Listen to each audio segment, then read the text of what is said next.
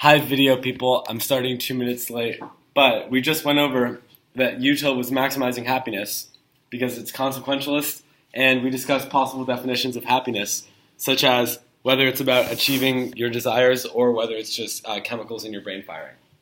Okay, that was the exposition. But now we're all on the same page. So on one view, it's entirely about brain chemicals, right? It's just neurons firing like dopamine that give you happiness. That's all it is. It's like an entirely biochemical thing. Whereas this view doesn't really have anything to do with biochemicals. It's more just about like whether something that you wanted has happened. So let's get a quick poll of the room. I'm going to give you two scenarios. You have to pick one. Either one, you are an artist that gets some respect from people while you're alive. You're not like the most famous person, but you do get a lot of wealth and you make your way through life fine. Or you could be like a Van Gogh type that makes no money and lives a terrible life, but right after you die, you become recognized as like one of the greatest artists of all time. Who would pick the first option? Okay, who would pick the second option? All right, so if you would pick the first option, you might identify more as a hedonist kind of utilitarian because you think that all that matters is that you're happy while you're there experiencing things, right? If you pick the second, you might be more of a preference utilitarianism because if your desire is to become a well-respected artist, right, it doesn't really matter whether you're alive or not. So preference utilitarianism could lead to a very interesting conclusion that you can be happier once you're dead. This is also like a very ancient Greek idea, right, that your life can improve after you die based on things that happen. So, according to the desire satisfaction-based util, all that matters is whether the desire is satisfied. It doesn't matter whether you're alive or dead for that, right? Okay, does everyone feel clear on that, or want to go more in depth? Periodically, I'm going to ask like fist to 5, right? So, fist means you don't understand it at all. 5 means you feel like you understand it perfectly. So, can we go fist to 5 on the difference between these two? Amazing. All right. So now let's talk about the differences between these two. So in terms of what happens in debate rounds. So first of all, because they're different conceptions of happiness, they're going to have different justifications, right? The Sinababu, who here has heard of the Sinababu card before? The Sinababu card is entirely about this kind, right? It's about like the things that just inherently make you feel good, which are like things like dopamine firing, right? He doesn't talk about how there's some inherent goodness from your desires being satisfied. Whereas there are other utilitarians like Peter Singer who heavily defend the top view, right? So your justification is going to change based on which one you choose. But it's also going to change different objections you have, to different objections people can have to the framework. The framework is a little consequential, so all of the generic consequentialism objections are still going to apply. But, for example, certain questions about like how do we aggregate happiness, right? They're going to change depending on how you answer. Because according to this view, it's just a number of chemicals that you can count. According to this view, it's something much loftier and hard to completely pin down. So there are differences in terms of both how you construct it and how you'll defend it. So that's something to keep aware based on what kind of utilitarianism you choose to end up reading in the debate round. But they're both very viable to defend. All right. So why read Util in a debate round? Yeah. Sure. Go. It gets you to extinction. You just love like extinction impacts, or I don't know. That I kind of do. But what's the reason? Because extinction maximizes Or maybe maximizes happiness. Yeah. Yeah. So all right. Sure. It's an easy position for the judge to understand. You can link a lot of offense. Yeah, there are two things there. One, it's a really simple framework. It's like the simplest framework. It has an answer to every possible moral question. It's super consistent. It just maximize happiness. Now, to me at least, this seems like an extremely implausible moral theory, but at least it's really simple, right? It always gives you the same exact thing. And then what was the second thing you said? Oh, right, lots of ground, right? Any argument is going to link under util if you just prove that it causes pain or pleasure, right? So automatically you get tons of offense underneath it. Makes doing research pretty easy. So what you were talking about extinction is worth noting. You get access to huge big stick impacts, right? That's going to benefit you strategically because death first, I think, is one of the most like persuasive framework arguments that you can make as a consequentialist debater. We'll talk more about how to articulate that in the 1AR, but people are not very good at responding to it. Okay, another reason is that I kind of think that Util debate is somewhat dying, at least compared to like 3 years ago, when I remember there were just many more Util debaters in LD. It now seems like a giant sect of those Util debaters have gone on to become like these do like soft left structural violence stuff. So I think just like defending straight up Util still has extremely viable strategy, especially now. It's also a great framework to leverage against like Ks, right? Because it's very empirical, talking about the actual world. You can talk about helping people materially while your AF, prevents like a large amount of death, things like that. Whereas if you're defending some kind of like loftier philosophical framework, you're going to have more of an uphill battle here. Another reason, judge adaptation. You get access to policy judges on your pref sheets. Okay, here's a reason not to read Util. It's not a reason to read Util. That you don't understand philosophy. That's not a reason to read Util. Because yes, you can just read it, but you are going to lose in a framework debate to someone that understands it all the time, right? So this is not an excuse for not understanding how philosophy works.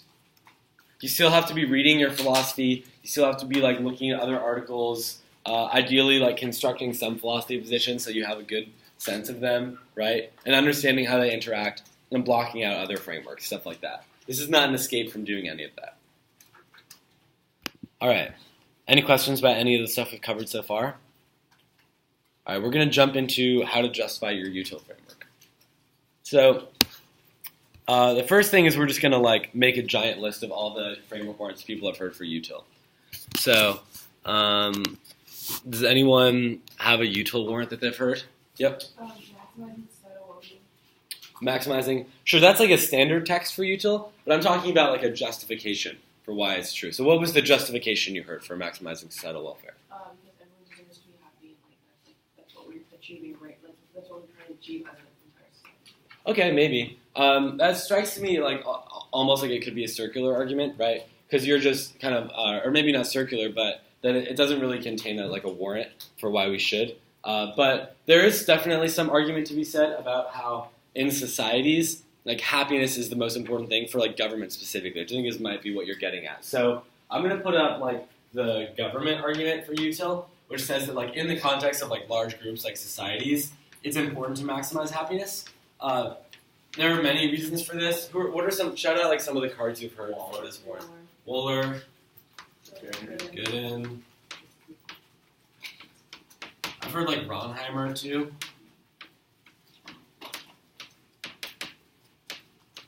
Okay, so these cards are going to say, Wooler and Gooden are going to say it's more pragmatic to use utilitarianism because policymakers don't have time to look at like individual intentions and desires. Ronheimer is going to say that in order for a government to be legitimate, it has to preserve the interests, I'll get to you in a second, it has to preserve the interests of its citizens, otherwise it's not really a democracy, right? Or it's not a legitimate form of government unless it is upholding the desires and interests of its citizens, right? So allowing them to flourish and be happy. Yep. Moral uncertainty. This is a different warrant? Yeah. Okay, yeah. So moral uncertainty, briefly before we move on, I think one of the strategic benefits of the government argument is that you can make like kind of an actor specificity argument. Does anyone know what I mean by actor specificity? Okay. What is it? It's basically what you delivered is specific to an actor that is not that, but it can be applied to specific obligations to the actor. Exactly, yeah. So like you can the way you'll spin it in the 1AR is like your framework may be good for individuals, but mine is the only one that works for large bodies like governments. The reason why I was usually never a fan of these arguments is that I've found both of these cards to be pretty trash. They just kind of like assert like Util is most pragmatic. They both seem to rely on kind of like flawed understandings of what deontology is, but they also don't really give an explanation for why like doing the easiest, most pragmatic thing is what a government should be doing, which at least to me seems counterintuitive because I don't think we should just pick the moral framework that's easiest all the time. Arlo, are you making a disagreement face? No. Okay. It looks disapproving. So, what is the moral uncertainty argument? Oh, it says that like since we don't know, we can't settle on like deciding like one value or one like moral code that we should uphold. We should just default to util because util protects the interests of everyone. So in the future, we'll actually be alive to have like value discussions and like decide in the future. Good, yeah. What's the author people associate with this argument? Bostrom. Bostrom.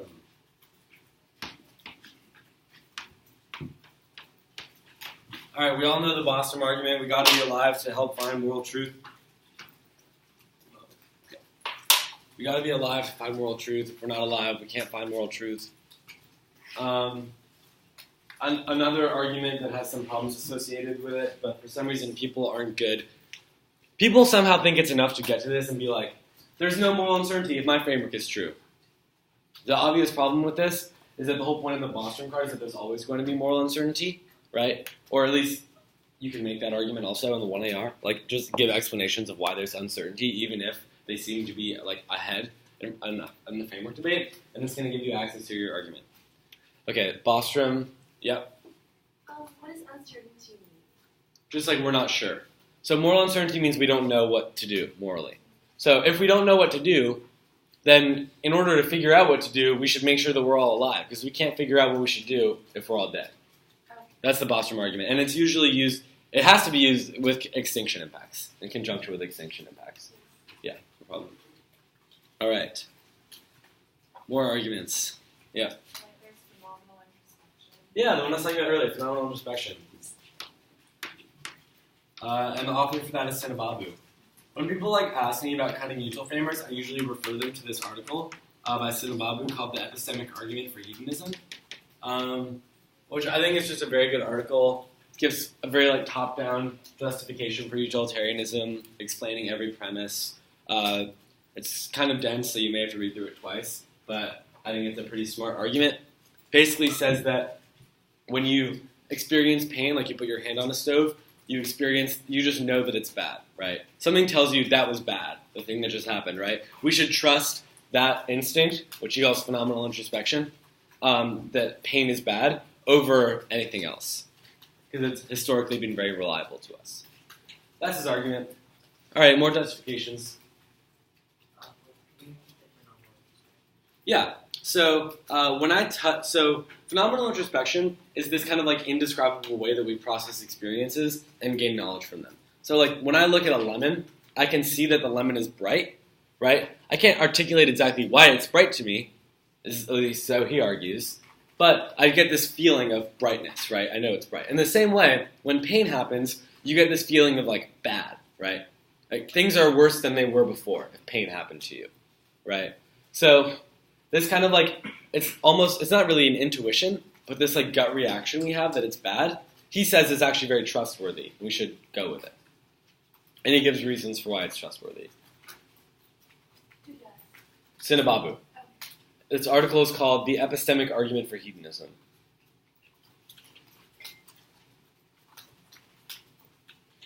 Does that make a little more sense? Does that make a little more sense? Okay. Any other framework words? Yeah. Like resolve moral dilemmas, things like that. Yeah, you're right. I have heard people starting to make this argument.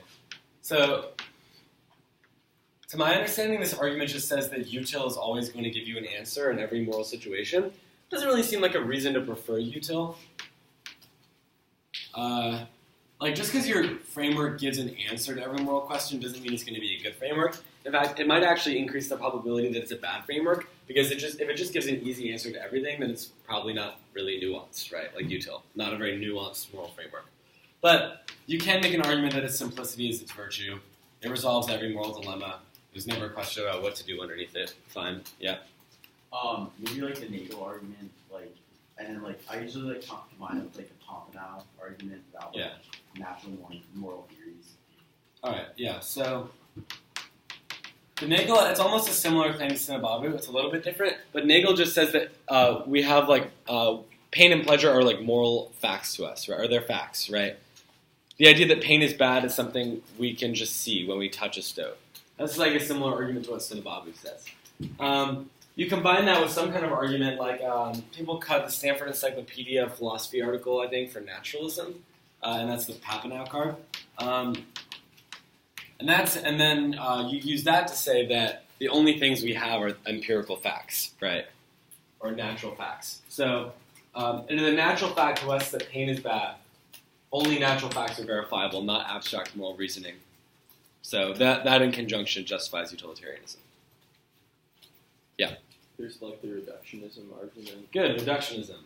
Can you explain it? Not the justification, but like what it says.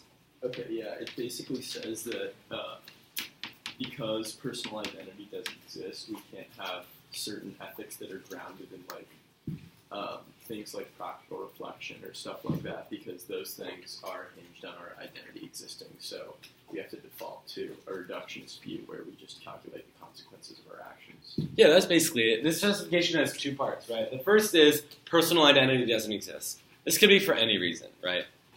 Many philosophers have reached this conclusion, notably like Derek Parfit.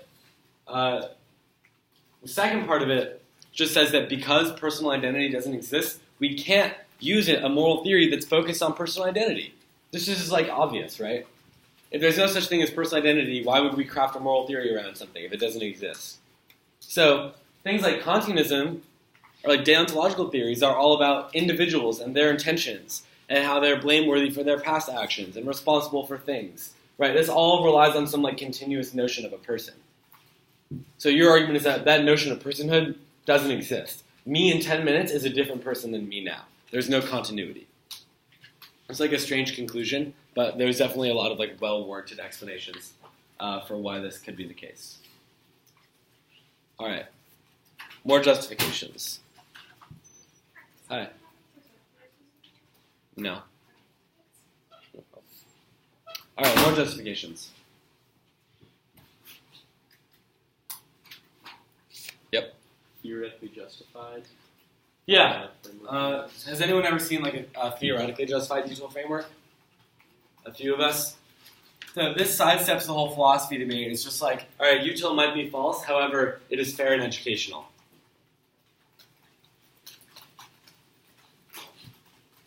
I used to actually read these a lot. It was like a big strategy in 2012, and then people forgot about it. So I decided I would like start reading them again, and I had some success with it. A lot of people really don't like them for understandable reasons, but I think they're at least defensible, if ultimately kind of like a bad way to look at debate. Yep. Yeah. So these arguments all just say that util is true, right? I know. These arguments all say that util is true. Number 7 is going to say util might not be true, however, it's most fair and educational. So it might be the case that util is a false framework, but it's best to debate with util because, first of all, it's got a lot of ground for both sides. Second of all, it means we can really explore the topic literature, right? Things like that. So it gives you theoretical reasons why it's good to use util. Yeah. So if you use that, then are you allowed to can you like use the other one since that basically like contradicts the fact that Universalism? It doesn't really contradict. You could do it like an if-then statement, right? Like, or like an even if, right? Like we should use theory to evaluate the framework debate. However, even if we shouldn't use theory to evaluate the framework debate, util is still true, right? That's the way you would want to phrase it. You would never want to read a framework that's just theoretically justified. Yeah. Any other questions about that?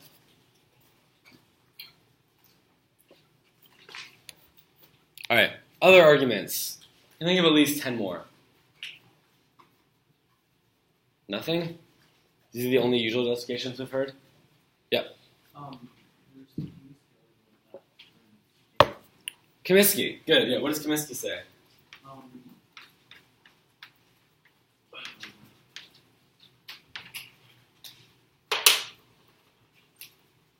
It was not chaos, like, Yeah, exactly. Comiskey just says something along the lines of, deontology says like everyone has dignity that just needs to be preserved.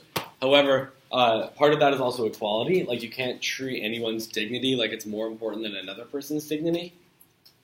Because you can't treat anyone's dignity as more important than another person's dignity, you have to aggregate, right? You can't pretend like you can only respect one person at the cost of respecting other persons, right? You have to try to respect them all as much If you're only respecting a few peoples, then you're prioritizing them over the others, which would be a violation of equality.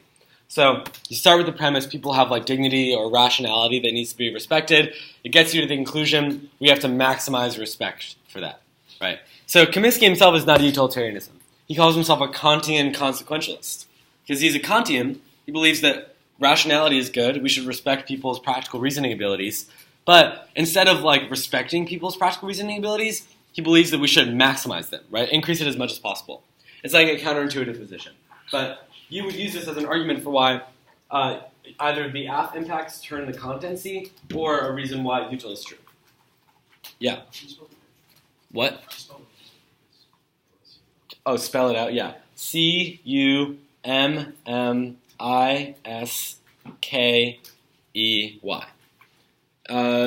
I believe the article is called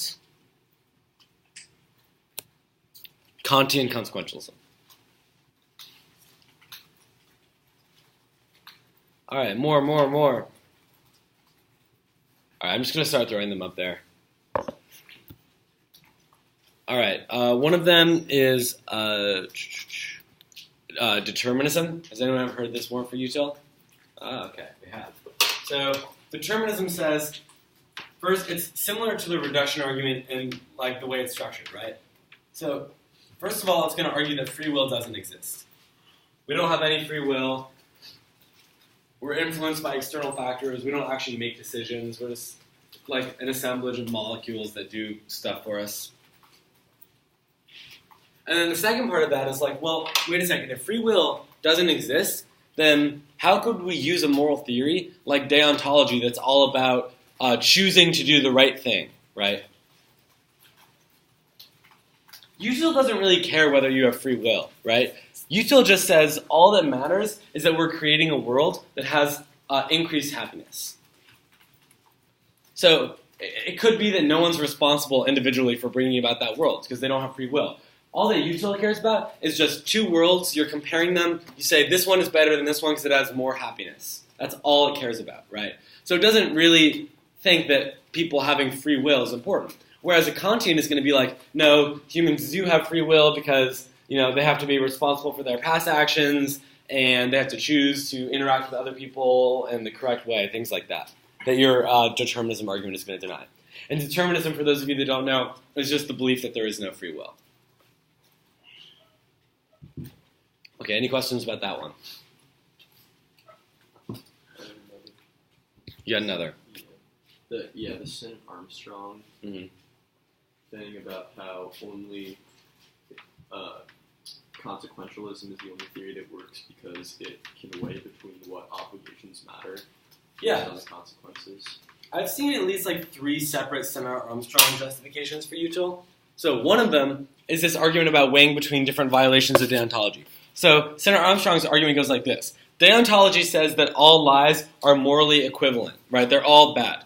But it seems intuitive to us that some lies are worse than others. For example, if I were to lie to you that your shirt looks nice, that would be not as bad of a lie as if I lied to the entire country about engaging in an affair while I was president, right? So clearly, there's a difference between these two lies, right? Does everyone agree? Senator Armstrong's argument is the difference between these two lies is that one caused more harm. Or maybe think of it on a more micro scale, right? There's a difference between lying to someone, telling them their shirt is nice, versus lying to someone, telling them that you'll pick them up from the airport, and then just totally ditching them, right? So clearly the second one is a really awful thing to do, whereas the first one is not as bad. The reason we care about the second one more is because it caused more harm to the person. So Senator Armstrong here is trying to prove that our moral intuitions show us that consequences are still the main thing that matters. It's not about intentions. It's about consequences. Yeah. Can you spell out what's for Sinott Armstrong? dash and then Armstrong, just like Armstrong. Yeah. Okay, yeah, wait. We have one more question, then we'll get back to you. Oh, for determinism, how did you use that for your util? Yeah, so the way it's more of a, so determinism doesn't directly support util specifically, Rather, determinism is going to take out like every other framework, right? So if someone reads virtue ethics, you're going to be like, we don't have the free will to become virtuous people, so your framework fails. If someone reads Kantianism, you're going to be like, we don't have the free will to be good people that try to respect other people's freedom because freedom is an illusion. The only framework left standing is Util, because Util doesn't care about freedom. So it would be more of a like you take out all the other ones kind of thing. Same thing with reductionism. All right, what were you going to say? Oh, yeah. So basically, people should accept utilitarianism as an appropriate way to judge that actions of decision makers. So they should force the government to take action to allow it. Isn't the Geno card just that card that's like a poll of people that said that most people were utilitarians? Okay. The reason I'm not wild about this argument is that I don't think like we should determine what's moral based on polls. But I've definitely seen people read this argument before, so it's just a justification that's out there. Any more? Yep. There's the argument about like governmental obligations in terms of academic distinctions. Yeah, or more broadly, the biggest one we haven't touched on yet is just academic distinction in general. So we talked a little bit about the government warrant. You're right, there's a more specific version of the government warrant that applies to academic distinction. Oftentimes people read the Sunstein and Vermeule card. Has anyone ever seen this? Godin doesn't explicitly talk about the academic distinction. He's kind of making a similar argument, though, because he's criticizing deontology. But the card that actually like uses that term a lot is Sunstein and Vermeule. So we'll spend a little bit of time talking about the academic distinction here. Who can tell me what the academic distinction is?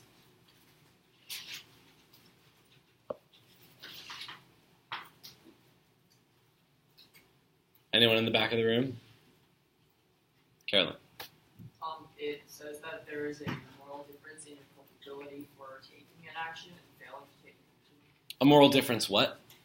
Like a moral difference between your culpability Oh, yeah. and taking action. Good, you're right.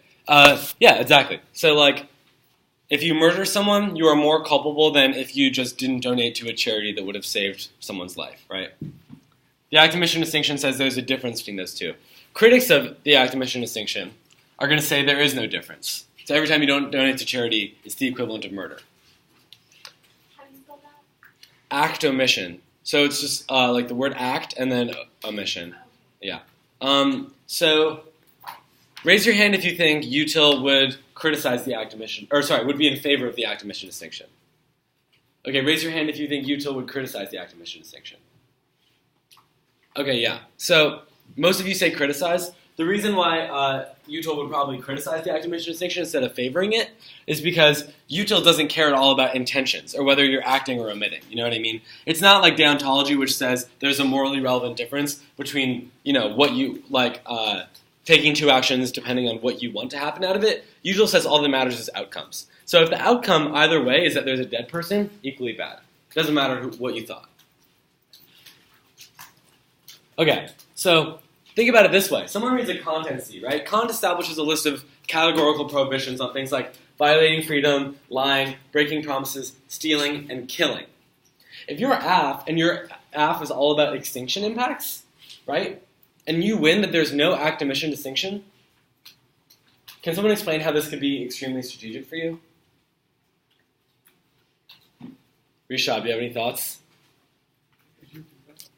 Yeah, so if you prove that there's no act omission distinction, and you're AF defending Util, why might that be strategic if you have like a big extinction impact? Obviously, the best option would be to prevent extinction. That would maximize the exposure. Since there's no difference between causing extinction and failing to stop extinction, therefore neg causes extinction. Exactly. So the other one thing I might add is that you're not just proving that the app prevents extinction, but that the neg is like murdering, right? If you prove that there's no distinction between acting and omitting, every time you like omit to donate to charity, you're killing someone, then if you vote neg, then the neg is literally choosing to murder people because they're omitting to act, right? So Kant, remember, is like, hey, murder is bad, right? So you would use it not as justification for your framework, although people do read it that way, but as a turn to the neg framework. You're like, death is the largest impact underneath your framework, because if we omit to prevent death, then you're just murdering a bunch of people, which is definitely, Kant would perhaps frown on murdering lots of people. He definitely would frown on murdering lots of people. Okay, 5 to 5 on the act omission distinction. All right, good. One slightly related thing is the intent foresight distinction. Has anyone heard this? Yeah. I just have one question on the argument. Yeah. Is it that there is no difference between it, or that there is a difference? The act omission distinction says that there is a distinction, so there is a difference. Okay, there. And then no act omission distinction says they're morally equivalent. Yeah. Anyone heard of the intent foresight distinction? Yep. You try to do a good thing, but then you cause a bad thing. But because you didn't know the bad thing was going to happen, you were not As responsible for it, maybe? Yeah, that's getting there. Although someone who defends like a strong version of the intent foresight distinction might say, even if you knew your action would have this foreseen consequence, right? Because you said if you don't know, but some people would say even if you do know, you can still cause those consequences if the intention is right. But the intent foresight distinction, again, is just the view that there is some difference between what you're intending to do and then the foreseen consequences of your action. So the reason why this is, again, going to be strategic for the Util debaters to disprove is because if you prove that a foreseen consequence of negating the resolution is extinction, then you're proving that the neg, and that there's no distinction between foreseeing and intending, then you're proving that the neg has intended extinction. So if their framework is like only intentions matter, and you prove that extinction is part of their intention, then you've won, because you've proven that they're, again, willing murder. It's like a very similar argument, right? So those are two kinds of ways of getting your framework to interact with a deontological framework. All right, we got most of the arguments here. Does anyone have any questions about any of the things we've gone over so far on this board? Can you repeat the intent foresight?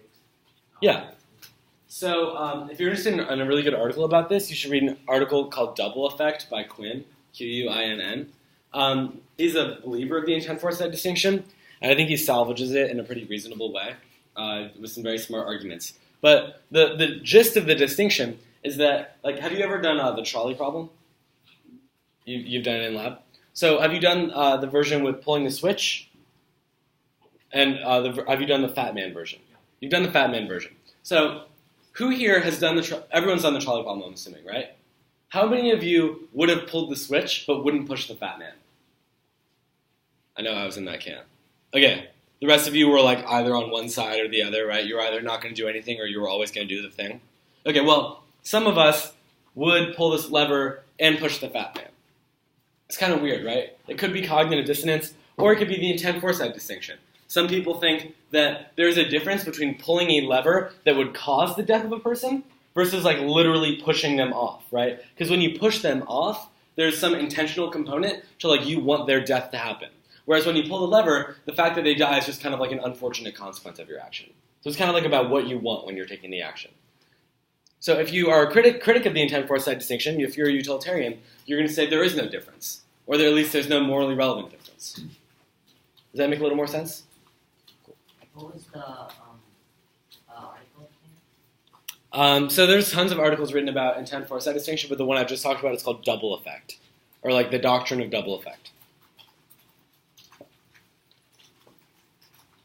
This article gets really confusing because he has like 14 thought experiments that he uses, and he all labels them like ES or BS or TS, and so he'll just be like, in TS, this happened, like this conclusion was reached, and you have to like go back to the beginning and see that. It's very confusing, but it's a great article if you're willing to keep flipping back and forth.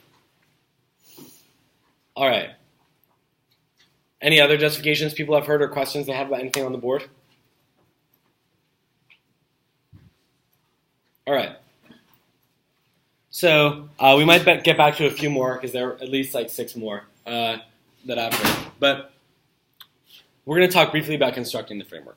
So first thing to keep in mind is the difference between like a syllogism and then like a one-card justification. So is anyone familiar with this difference, at least in like terms of framework jargon, right? They mean something very different in kind of like logic or like a syllogism, but in the context of frameworks. Did I see your hand go up? Yes. You want to give it a shot? No. All right. Anyone else? Carolyn? Yeah, sure. So a syllogism is like a gate of a couple of understandings that we like assume to be true, and then derive conclusions from them. Yeah. And then a one-card justification would just be like not doing that, like anything else. Yeah, I guess like the one-card justification isn't really like an accepted term or anything that I've heard before. It's just like how I used to think of it, right? So syllogism is like a really large like deductive justification for your framework that justifies its premises or at least like offers some intuitions and explains why those intuitions have to lead to your framework, right? So whenever I read Util frameworks, I always read phenomenal introspection at the top. So I'd read 3 phenomenal introspection cards, right? One, there's like huge amounts of moral disagreement, so our traditional understanding of moral reasoning is not working for us. Second, phenomenal introspection is generally reliable. Third, because it's reliable, we should accept it, telling us that pain is bad and we should try to minimize pain or maximize happiness. So it was 3 cards because it had like a lot of different links in the logic chain, right? But on the flip side of that is it took a lot of time to read, but it was also extremely well justified. And because I had read the article, I felt like I knew the argument really well. I felt like I was prepared to defend it in depth, depending on what people's objections were, right? So I would read the syllogism, then I would say, the standards maximizing happiness, and then I would put all my kind of like throwaway justifications, right? So throwaway justifications, not because they're bad arguments, right? You want these to be good arguments, but because they're usually just one card or a couple of analytics. You want to get it out there. They're enough for you to win on the framework debate, right? But they're not like the complete justification for your framework that's like the most logically complete and true ever, right? So most of these other ones would be like a one-card thing, right? Like a quick government argument. Util is best for governments because they can't look at individuals; they have to aggregate. You can, even if you're losing the syllogism, you can still extend that as a reason why util is good, right? The point is it's just smaller and less justified. So I think the best way to construct a util framework is to have like one kind of like long syllogism thing, right? It could be phenomenal introspection or determinism or reductionism or anything, right? And then underneath it, have like 2 to 3 to 4 just like shorter justifications, right? Like independent ones.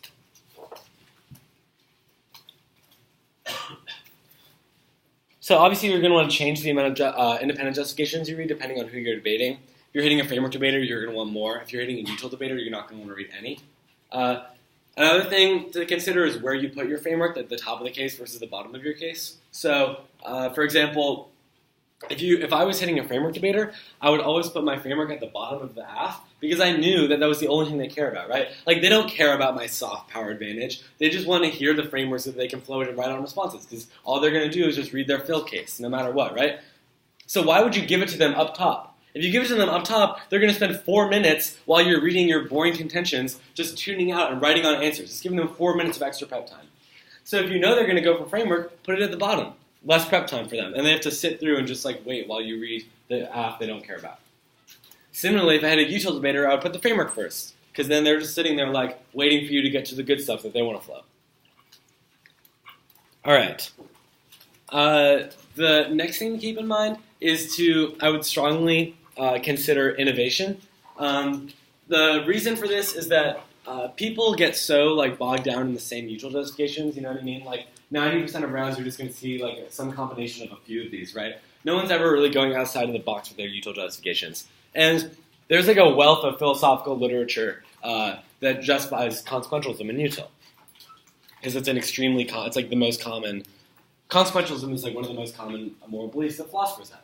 So I would consider going onto like things like philpapers.org or just looking around on the internet for new justifications for util. Throw people off guard. People aren't ready when you think you read like new justifications for things, right? They're so used to like having their blocks to each one of these, they're not going to be ready for that. So if if you really want to like go the extra mile being a util debater, highly recommend like cutting your own card. For example, I don't think before I cut it, anyone had ever read like the Senator Armstrong article about like the difference between the strength of your moral obligation. Maybe this is just partly like my ignorance because maybe some people read it. But anyway, I was like, I'm going to cut a new util justification. So I went and I found it. Part of it was that I would go through each of these authors and see if they had other articles, right? That's one way to do it. So there might be some more in that case. Senator Armstrong's written a lot of articles. There's a good one about necessary enabler consequentialism, if you're interested in that. Anyway, the point for all of this is that it's good to try new things. All right. We have a few more minutes. Is everyone okay if we save the Kahoot for tomorrow? Would people be too offended by this? No? Okay, we're good with the Kahoot tomorrow. That's good. So I'm going to throw a few more util justifications up there, unless people have remembered more they want to add. No? We still ran out? All right, one of them that I certainly don't understand very well, but I've heard a lot, is something called revisionary intuitionism. The author that writes about this is named Yudkowsky. So if you type in Yudkowsky, revisionary intuitionism, util or something, something's going to come up. But basically, in this article, he presents a lot of thought experiments and like studies of how the human brain works, and proves that, I guess that like we're all kind of utilitarians, we're just not willing to accept it, or that the way we do our moral reasoning points to the fact that we have to be utilitarians to be consistent. I've never read this article. People have told me that it's a very good article. Perhaps. Maybe you want to check it out and read it. Okay, next one is, so we talked about Senator Armstrong in terms of weighing between obligations. I briefly mentioned necessary enabler consequentialism, which is just a type of consequentialism that he justifies that I won't go into now, but there's an article about it. The third way I've seen it is that there's this card from, excuse me, he wrote the Stanford Encyclopedia of Philosophy entry on consequentialism, and there's some card people read that's like, our primary obligation is to make the world a better place. The question is, do we need to add anything onto that obligation, right? Like other side constraints. So if you were to disprove that there are any other side constraints, then according to Senator Armstrong, our basic intuition is that we should make the world a better place. So the way you would use this is you would say, look, I'm going to disprove the neg framework. I'm going to disprove that it's a side constraint on util. Even if I don't win a proactive reason why util is good, we still have this general intuition that we should make things good, or make the world a better place. So we should use util as long as I reject any other moral theory. All right, any questions about that one? Okay. More arguments. That's actually a pretty good list. One final one is like universalizability. So the reason you don't see this often is because it's a term that's more used in terms of Kantian frameworks. But there are authors that defend like how universalizability would lead to us believing that util is true. Universalizability is just the view that moral principles need to be able to apply universally to everyone. So, Pettit, spelled, I think, with 2 T's and then 1 T? Yeah. Okay. Pettit with 2 T's and then 1 T wrote an article called Non-Consequentialism and Universalizability. It's a pretty good article. In it, he talks about why any non-consequentialist theory is going to run into a problem with universalizing rules, because it may be that not following a rule is going to mean that the rule gets followed more. Like, if me following the rule were to mean that 2 other people wouldn't, then I have not universalized correctly. That's like a very broad stroke justification of what he says. If that doesn't make sense, that's okay, because he goes into it a lot in the article. So that's an article if you're interested in it. Oftentimes you can read this in the 1 hour as like a hijack to a comp framework that says universalizability is good. Your framework's not universalizable. I have the only universalizable framework. All right. Yeah. How does that support util? It doesn't support, so it supports consequentialism because it says that because in the article he justifies why every non-consequentialist moral theory is going to run into problems instantiating rules in a universalizable way. In terms of Util specifically, it doesn't tell you that happiness is important. It just tells you the consequences matter. This is an important thing to note about Util frameworks, right? So often, I'll see people just read a warrant for why consequentialism is true, and then they'll be like, that's the framework Util. There's a huge missing gap here, right? So for almost any of these, right, like, okay, 1, 2, 3, 4, probably 5, 6, 7. 7 out of these, they just say consequentialism is true. They don't say that the consequence we care about is happiness, right? So it is not enough to just read a card about determinism or reductionism and just use that to justify your framework, because all that says is we care about consequentialist theories. It doesn't say we care about maximizing happiness. So if you debate someone and they point out, hey, you didn't justify utility, you just justified consequentialism. Where are your justifications for why happiness is important? And you don't have any justifications for why happiness is important, which comes from things like, the Nagel card or Sinababu, then there's a good chance you'll lose the framework debate. Does that make sense? Does everyone get why you need that? All right, we're almost out of time here. Tomorrow we're going to go more into depth on what the common objections to Util are, how you can defend against these objections strategically and quickly in the 1AR, and the long-awaited Kahoot will arrive. Does anyone have any final questions about any of this? Or anything they want me to re-explain, something that they were unsure about? Yep. Can you explain reduction? Yeah. So reductionism has a two-part argument. So the first part is that you just say that personal identity doesn't exist. Now, the word reductionism here seems like a little, we don't immediately associate that with personal identity. The reason we use it is because a reductionist in general is just someone that believes that some large phenomena can be explained by a bunch of littler phenomena. Right? So a reductionist about mobs would say, a mob is really just a group of people. Okay, that's probably true, right? Think about it in terms of descriptions, right? If I were to describe a mob and I just described every person inside of the mob, I would have described the mob probably, right? So the question is, can you do the same thing for personal identity? If I were to describe every molecule in your body, would I describe personal identity? Some people believe, no, there's some other component that you can't describe like the soul or some spiritual essence. A reductionist is someone that's yep, that's it, it's just molecules. That's all people mean really by personal identity. It's just a collection of your molecules. And then many of them go a step further and say, not only are we just groups of molecules, but we're non-continuous groups of molecules. For example, every 7 years, every atom in your body, most atoms in your body will change. So you're a completely different person than you were 7 years ago. So the strong version of that says you're not even morally responsible for something you did 7 years ago, because it wasn't even you. Kind of a strange conclusion. So that's the first part of reductionism. There's no personal identity. Many different ways to get there, but that's what it's going to say. And then the second part says, if there's no personal identity, then all of these moral theories, like deontology, that care so much about people, are going to be wrong.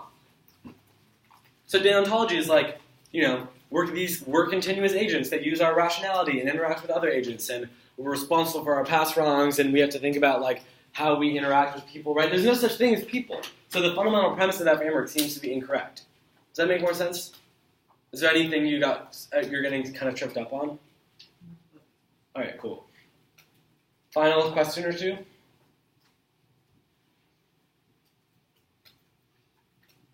You all look very tired. Maybe you should rest before lunch. All right. Well then, that'll be it for defending Util frameworks. I'll see you all tomorrow. Thank you.